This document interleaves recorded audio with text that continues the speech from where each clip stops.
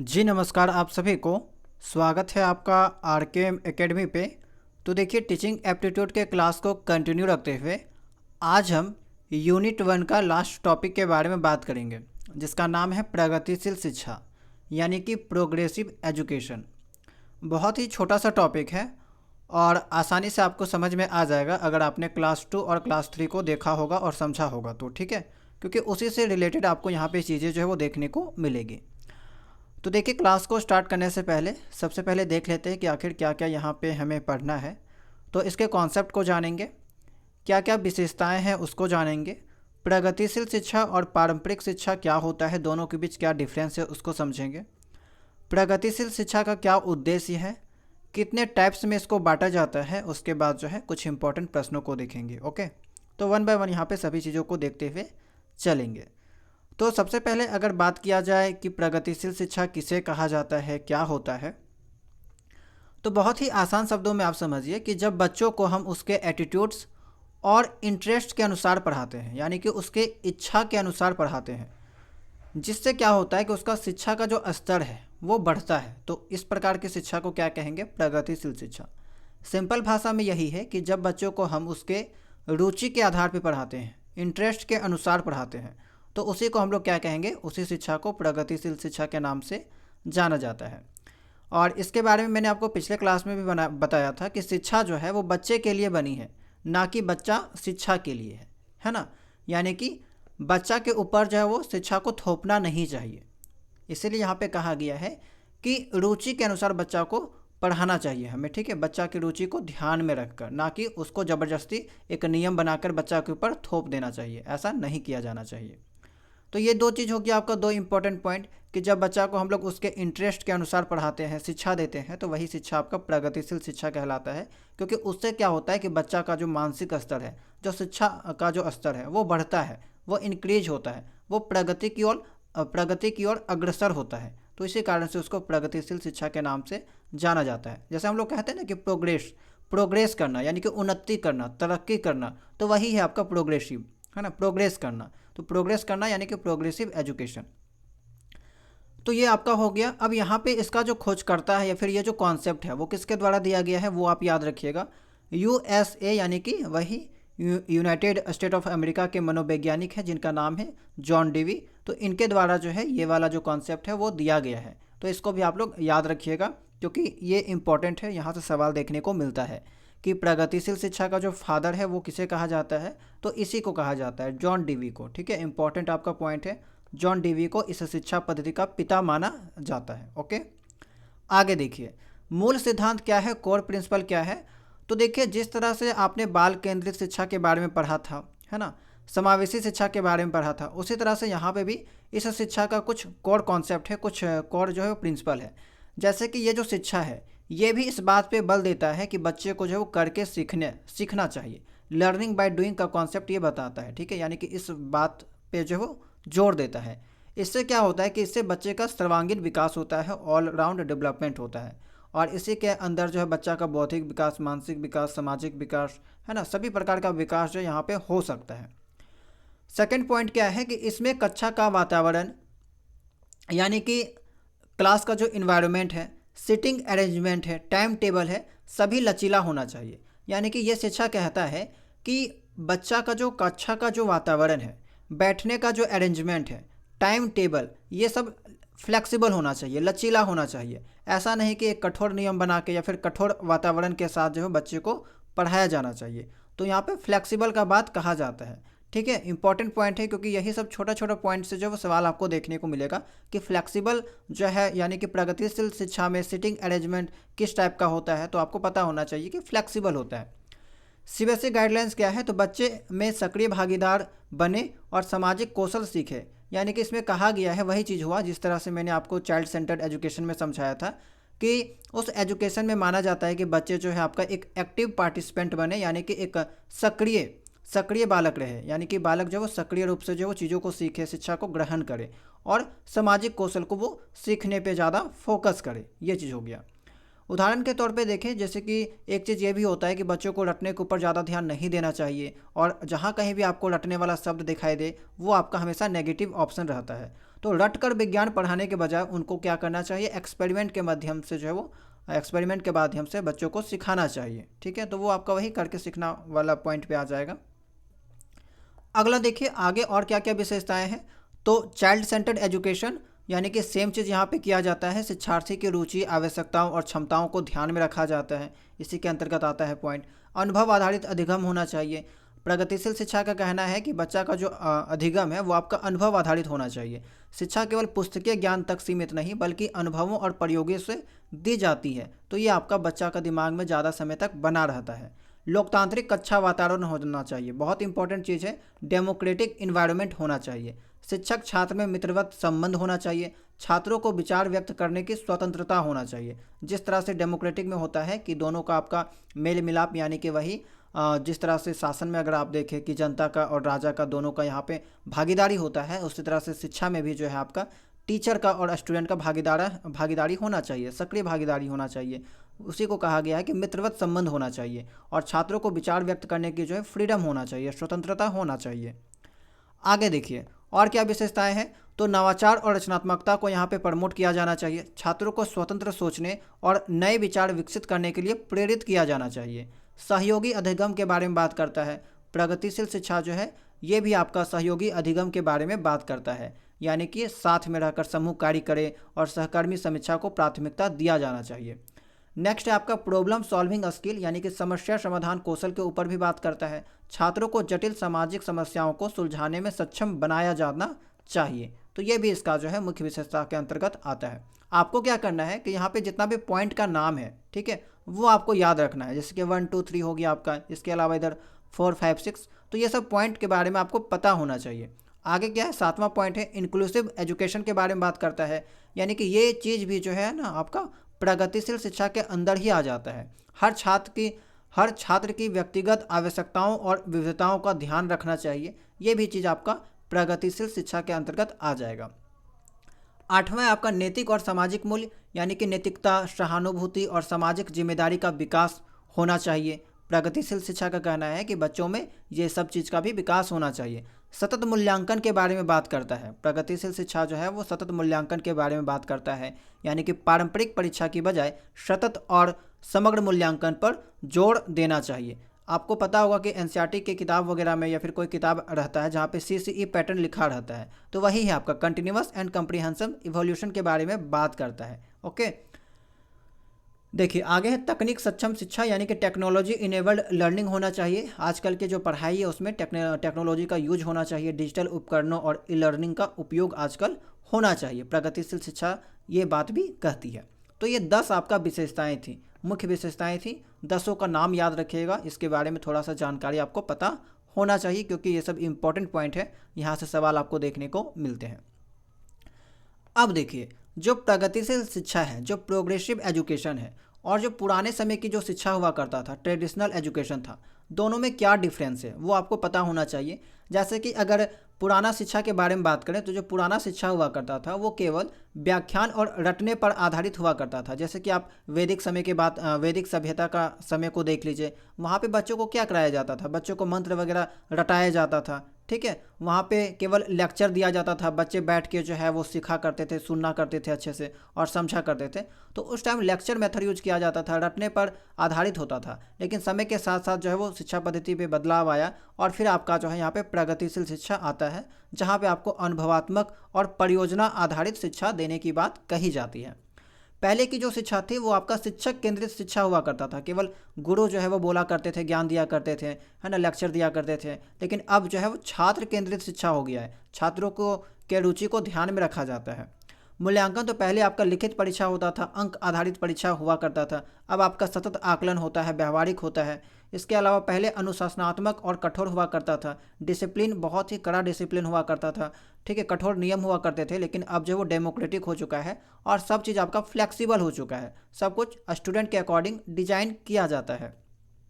उद्देश्य क्या है, तो पहला आपका क्या था कि सूचना का संचयन करना, ये आपका उद्देश्य हुआ करता था। और अब है आपका क्रिटिकल थिंकिंग, यानी कि बच्चों में जो है आपका क्रिटिकल थिंकिंग को बढ़ावा मिले, कोई कुछ अच्छा कौशल सीखे, रचनात्मकता को बढ़ावा मिले, वो आजकल का हमारा जो है प्रगतिशील शिक्षा का उद्देश्य है। तो यही दोनों डिफरेंस जो आपको देखने को मिलेगा, ठीक है, दोनों के बीच यही सब डिफरेंस आपको जो है वो देखने को मिलता है। तो जो भी इंपॉर्टेंट डिफरेंस था वो मैंने आपके साथ साझा कर दिया। अब देखिए, प्रगतिशील शिक्षा देने का उद्देश्य क्या है? कुछ ना कुछ तो उद्देश्य होना चाहिए, तभी इसको स्कूलों में, विद्यालय में लागू किया जाएगा, है ना, किया गया है। तो कुछ ना कुछ उद्देश्य है। तो जैसे कि पहला उद्देश्य है कि मुख्य उद्देश्य बालकों का समग्र विकास करना है। सबसे इंपॉर्टेंट कि इसका उद्देश्य है कि बालक का जो है ओवरऑल डेवलपमेंट हो, ठीक है, ऑल राउंड डेवलपमेंट हो, समग्र विकास हो। ऐसा वातावरण तैयार करना जहां सामाजिक विकास के पर्याप्त अवसर मिल सके, ये भी आपका है। तीसरा क्या है? एक भेदभाव मुक्त समाज का निर्माण करना जहां सहयोग की प्रवृत्ति हो, ठीक है, यानी कि भेदभाव को समाप्त करना। चौथा पॉइंट क्या है? लोकतांत्रिक मूल्यों की स्थापना, यानी कि वही डेमोक्रेटिक यहाँ पे को इस्टेब्लिश करना। शिक्षा द्वारा मनुष्य में परस्पर सहयोग एवं सामंजस्य स्थापित करना। सामाजिक कार्यों में भाग लेने में स्वतः अनुशासन उत्पन्न होता है। तो ये सब चीज़ जो है आपका एक मेन उद्देश्य, मेन ऑब्जेक्टिव्स है प्रगतिशील शिक्षा के लिए। ओके, अब देखिए, प्रगतिशील शिक्षा के प्रकार क्या है? टाइप्स ऑफ प्रोग्रेसिव एजुकेशन 3 प्रकार में बांटा जाता है। एक है आपका मॉन्टेसरी शिक्षा, मानवतावादी शिक्षा, संरचनावादी शिक्षा। तीनों का नाम आपको याद होना चाहिए, क्योंकि यहाँ से भी सवाल आपको देखने को मिल सकते हैं। तीनों के बारे में डिटेल में आपको नहीं जानना है, बस ज़्यादा से ज़्यादा आप नाम याद रखिएगा, वही आपका काफ़ी है। बेसिक जानकारी पता होना चाहिए आपको कि मॉन्टेसरी जो शिक्षा है, इसका जो प्रतिपादन है वो आपका डॉक्टर मारिया मॉन्टेसरी के द्वारा दिया गया है, और इसी के नाम पे जो है वो इस शिक्षा का नाम रखा गया है। ये एक मनोवैज्ञानिक का नाम है, यानी कि एक तरह से कह लीजिए कि विद्वान का नाम है। बच्चों के विश्लेषण एवं ऑब्जर्वेशन के बारे पे ये बात करती है, यानी कि उसके ऊपर पे ये बल देता है, ठीक है, एनालिसिस एंड ऑब्जर्वेशन के ऊपर ये शिक्षा जो है वो बल देता है। मानवतावादी शिक्षा क्या है? कि केंद्र बिंदु कला एवं सामाजिक विज्ञान, ठीक है, यानी कि इसका जो मेन पॉइंट है, फोकस है, वो आपका केंद्र बिंदु कला, यानी कि देखिए कला के ऊपर और सामाजिक विज्ञान के ऊपर जो है यहाँ इसको फोकस किया जाता है, ठीक है। इसका जो मेन फोकस है वो आपका कला के ऊपर में, आर्ट्स के ऊपर पे और सामाजिक विज्ञान के ऊपर में किया जाता है। इसके अलावा यहाँ पे आपका क्रिटिकल थिंकिंग एंड सामाजिक अंतर्क्रिया पर बल दिया जाता है। इस शिक्षा के अंतर्गत जो है वो मेन फोकस आपका क्या है? आर्ट्स एवं सोशल साइंस हो गया। इसके अलावा क्रिटिकल थिंकिंग और सोशल जो इंटरेक्शन है, ठीक है, लोगों के बीच जो इंटरेक्शन होता है उस चीज़ के ऊपर बल दिया जाता है। संरचनावादी शिक्षा क्या है? तो ये आपका क्रिएटिविटी के ऊपर बल देता है, एक्सपेरिमेंटल लर्निंग के ऊपर बल देता है, और डूइंग बाय लर्निंग, ठीक है,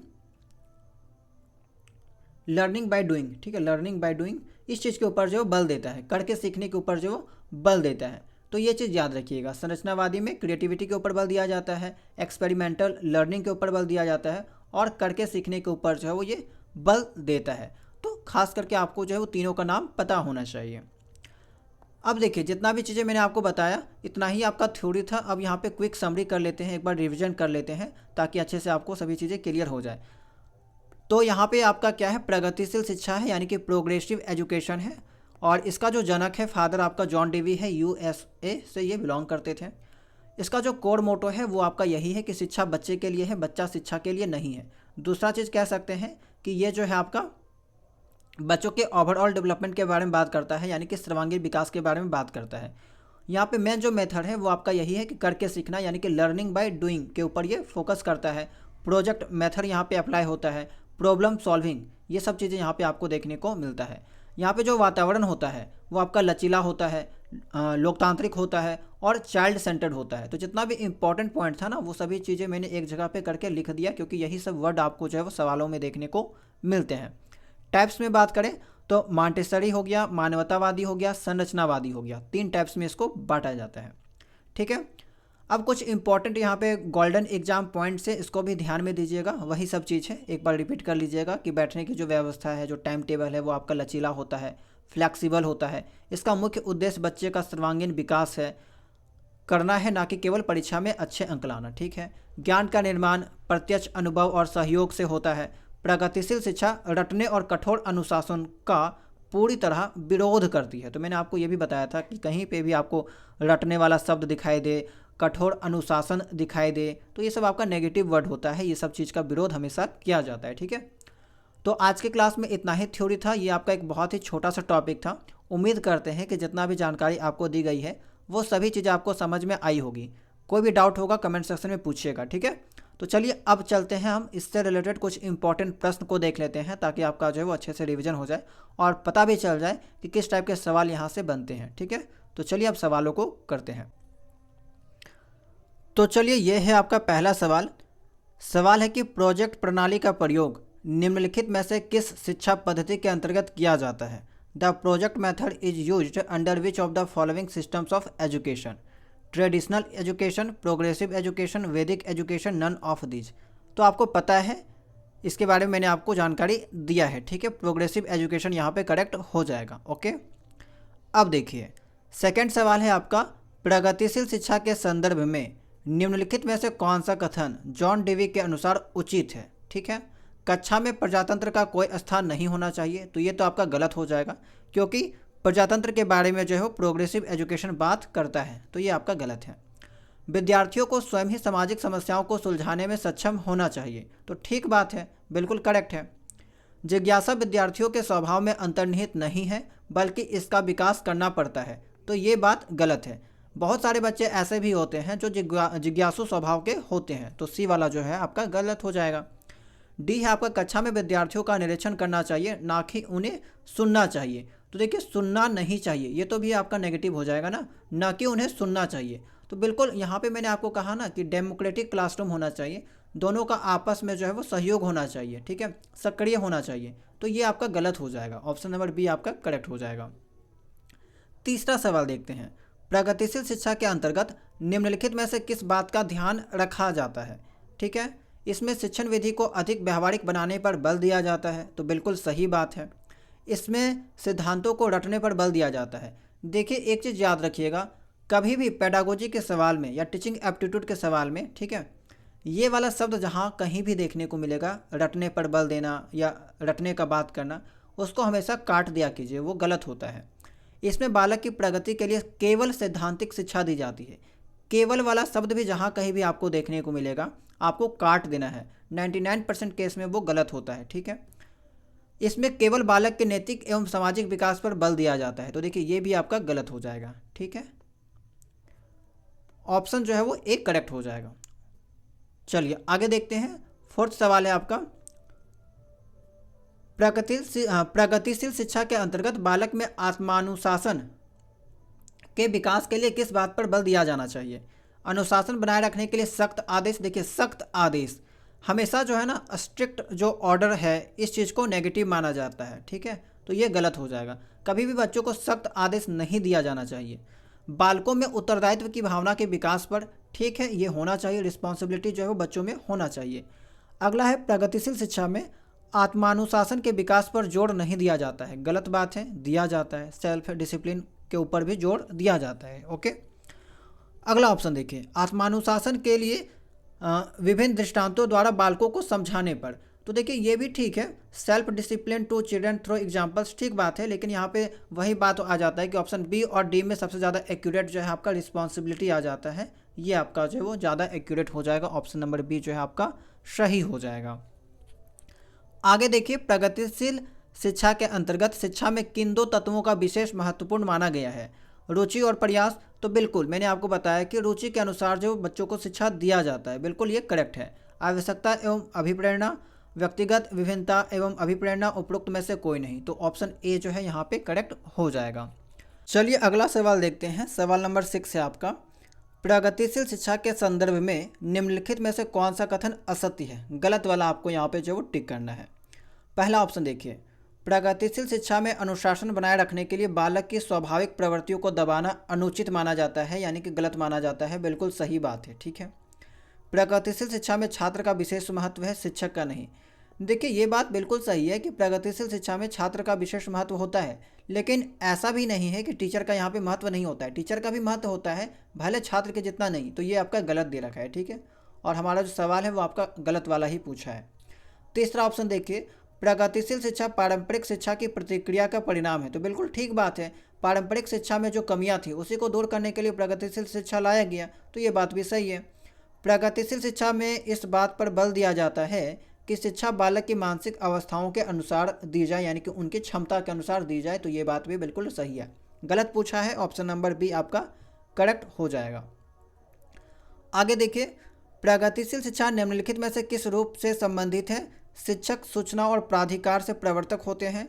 ज्ञान प्रत्यक्ष अनुभव और सहयोग से उत्पन्न होते हैं। तो बिल्कुल सही बात है, ठीक है। प्रगतिशील शिक्षा जो है आपका ज्ञान, प्रत्यक्ष अनुभव और सहयोग से उत्पन्न होते हैं। ये सब वर्ड आपको वहाँ पे देखने को मिला होगा, ठीक है। अनुभव शब्द देखने को मिला था, कोलैबोरेटिव यानी कि सहयोग के बारे में बात किया जाता था। तो ये सब आपका जो है वो ठीक है। अधिगम तथ्यों के एकीकरण और कौशल में प्रवीणता के सीधे मार्ग पर चलता है। परीक्षा मानदंड संदर्भित और बाह्य है। तो देखिए मानदंड वर्ड भी जहाँ कहीं भी आएगा ना, ये आपका नेगेटिव वर्ड को दिखाता है, ठीक है। स्टैंडर्ड वर्ड ये आपका गलत हो जाएगा। चलिए आगे देखते हैं। 8वां सवाल है आपका, निम्नलिखित में से कौन सी प्रगतिशील शिक्षा की विशेषता है? तो विशेषता के बारे में मैंने आपको अच्छे से समझाया है। समय सारणी और बैठने की व्यवस्था लचीलापन होता है, फ्लेक्सिबल होता है। सही बात है। केवल प्रस्ताविक, देखिए केवल शब्द मैंने आपको बताया कि जहाँ कहीं भी आपको केवल शब्द देखने को मिले गलत ऐसे ही कर दीजिएगा, क्योंकि यहाँ पे पेडागोजी जो है ना एक सीमित चीज़ों को एक्सप्लेन नहीं करती, ये एक व्यापक अवधारणा होती है, ठीक है। परीक्षाओं में अच्छे अंक प्राप्त करने पर बल, केवल अच्छे अंक प्राप्त करने पर बल, ये भी तो आपका गलत हो जाएगा। अच्छे अंक प्राप्त करने पर बल, तो ये भी एक तरह से सीमित चीज़ों को बता रहा है। बार बार ली जाने वाली परीक्षाएं, गलत है, ठीक है। तो फ्लेक्सिबल वाला जो है यहाँ पे सही हो जाएगा। आगे देखिए, सीबीएसई द्वारा अपनाए गए प्रगतिशील शिक्षा के प्रतिमान में बच्चों का समाजीकरण जिस प्रकार से किया जाता है, उससे अपेक्षा की जाती है कि वे समय नष्ट करने वाली सामाजिक आदतों को त्याग दे तथा अच्छी श्रेणियां प्राप्त करना सीखें, ठीक है। आगे देखते हैं, वे सामूहिक कार्यों में सक्रिय भागीदारी करें तथा सामाजिक कौशल सीखें। बिल्कुल सही बात है, इसके बारे में ही मैंने आपको जिक्र किया है कि बच्चा जो है यहाँ पे सामूहिक कार्यों में सक्रिय भागीदारी करे और सामाजिक कौशल सीखे। ये आपका जो है यही उपेक्षा बच्चों से की जाती है, ठीक है। वे बिना प्रश्न उठाए समाज के नियमों का पालन करें, गलत बात है। ऐसी उपेक्षा बच्चों से नहीं की जाती है, ना कि ये सब उपेक्षा बच्चों से की जाती है। बच्चों से कौन सी उपेक्षा की जाएगी? ये वाला, क्योंकि यहाँ पे देखिए समाजीकरण वर्ड आया है, ठीक है। सीबीएसई द्वारा अपनाए गए प्रगतिशील शिक्षा के प्रतिमान में बच्चों का समाजीकरण जिस प्रकार से किया जाता है उससे उपेक्षा की जा सकती है। तो देखिए सामाजिक कौशल सीखे, समाजीकरण, सामाजिक कौशल सीखना, समाज में सक्रिय भागीदारी लेना सामूहिक कार्यों में, तो ये आपका जो है वो करेक्ट हो जाएगा। अगला सवाल देखिए, बच्चों में ज्ञान की रचना करने और अर्थ का निर्माण करने की क्षमता होना, इस परिप्रेक्ष्य में एक शिक्षक की भूमिका है। तो मैंने आपको पिछले क्लास में भी बताया था कि शिक्षक की जो भूमिका होती है वो आपका एज ए फैसिलेटर का होता है, ठीक है, सुगमकर्ता का होता है। ऑप्शन नंबर बी आपका करेक्ट हो जाएगा। अच्छा, ये है आपका आज के क्लास का लास्ट सवाल है, ठीक है। चूँकि ये आपका एक छोटा सा कॉन्सेप्ट था और आपके सिलेबस का एक हिस्सा था, इसीलिए मैंने जो है एक अलग क्लास के माध्यम से इसको समझा दिया, ठीक है। छोटा सा टॉपिक है, उम्मीद करते हैं कि आपको समझ में आया होगा। ओके, सवाल देख लेते हैं और इसका जवाब आपको कमेंट सेक्शन में देना है। किसी प्रगतिशील कक्षा की व्यवस्था में शिक्षक एक ऐसे वातावरण को उपलब्ध कराकर अधिगम को सुगम बनाता है जो नियामक है, समावेशन को हतोत्साहित करता है, आकृति को बढ़ावा देता है, खोज को प्रोत्साहन देता है, ठीक है। तो आपको जो है यहाँ पे इसका जवाब कमेंट सेक्शन में बताना है कि इसका जवाब जो है वो क्या होगा। बाकी अगर आप लोग चैनल में नए होंगे, चैनल को सब्सक्राइब कर लीजिएगा, बेल आइकन को ऑन कर लीजिएगा और टीचिंग एप्टीट्यूड का जो है प्लेलिस्ट बना दिया गया है, वहाँ से आप लोग जो है सभी क्लासेस को देख सकते हैं। बाकी अगर आप लोगों को प्रैक्टिस के लिए और डेली टेस्ट के लिए प्राइवेट ग्रुप को ज्वाइन करना है, नोट्स के लिए प्राइवेट ग्रुप को ज्वाइन करना है, तो आप लोग ज्वाइन कर सकते हैं। उसका डिटेल आपको जो वो डिस्क्रिप्शन बॉक्स में मिल जाएगा, या फिर टेलीग्राम चैनल में आप लोग जो है वो RKM_official इस यूज़र नेम पे आपको कांटेक्ट करना है, आपको डिटेल दे दिया जाएगा, ठीक है। वहाँ पे आपको क्या मिलेगा, तो प्रॉपर सभी सब्जेक्ट का जो है वो नोट्स मिल जाएगा, topic wise notes, topic wise आपका जो MCQ प्रश्न है वो सब चीज़ उसी में इंक्लूड रहेगा, और सबसे इम्पॉर्टेंट चीज़ है वो आपका टॉपिक वाइज टेस्ट, ठीक है। तो वो सब चीज़ आपको वहाँ पे देखने को मिल जाएगी। तो चलिए आज की क्लास में इतना ही, मिलते हैं हम लोग नेक्स्ट क्लास में नए टॉपिक के साथ।